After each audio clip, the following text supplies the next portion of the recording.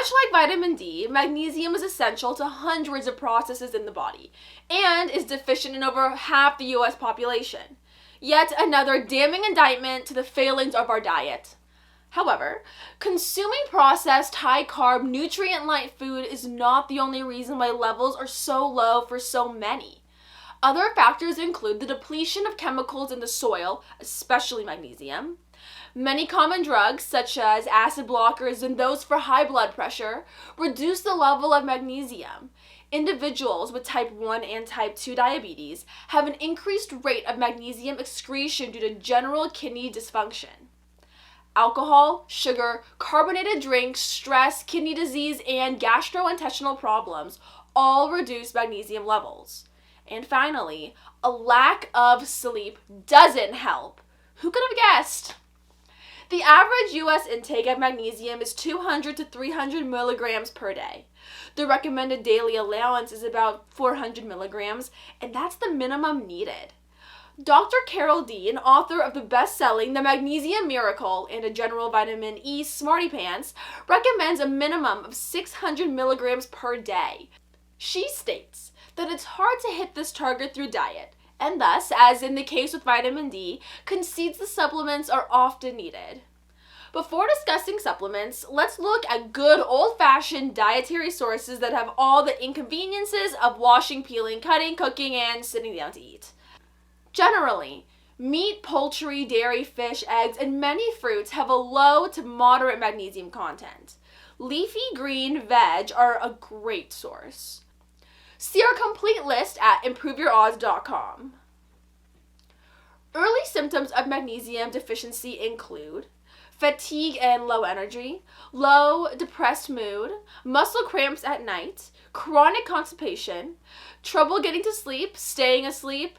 In our Improving Sleep video, we suggest magnesium supplements as an important aid for sleep. Longer-term magnesium deficiency has adverse effects on bone density. In older people, magnesium deficiency may increase the risk of osteoporosis and bone fractures.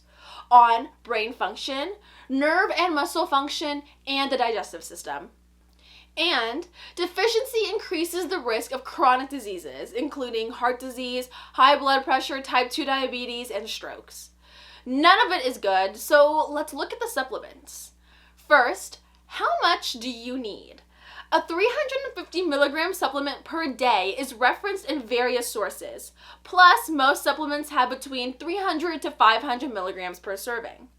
Next up, what type of magnesium supplement? There are at least 10 varieties, and it can be difficult to figure out which one to use. Just spend a little time on researching magnesium on Reddit if you want to be completely confused. So, let's go with the wisdom of the crowd. The number one best-selling magnesium supplement on Amazon is for magnesium glycinate. A good number of health experts, pundits on YouTube and elsewhere, recommend this type.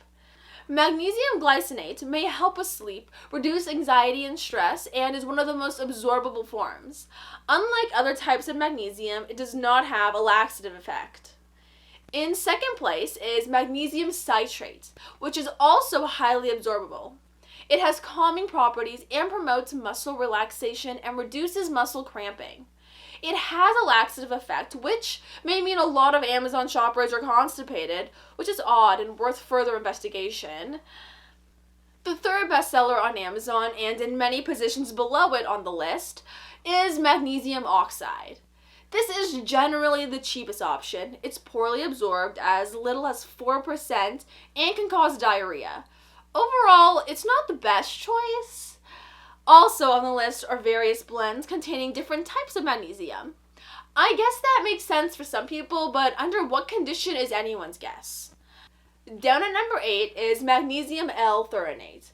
It is one of the best absorbed and may improve memory, assist with sleep, and enhance overall cognitive function. As is often the case, the promise may be outpacing the evidence, but some studies do report improvements. So, as I mentioned earlier, it's a little complicated. For further info on the various types of magnesium, see our blog post. The link is below. Magnesium can be taken anytime, but some suggest taking it in the evening due to the calming effects, which may help with sleep, and ensuring it is available for the restorative processes that occur when sleeping.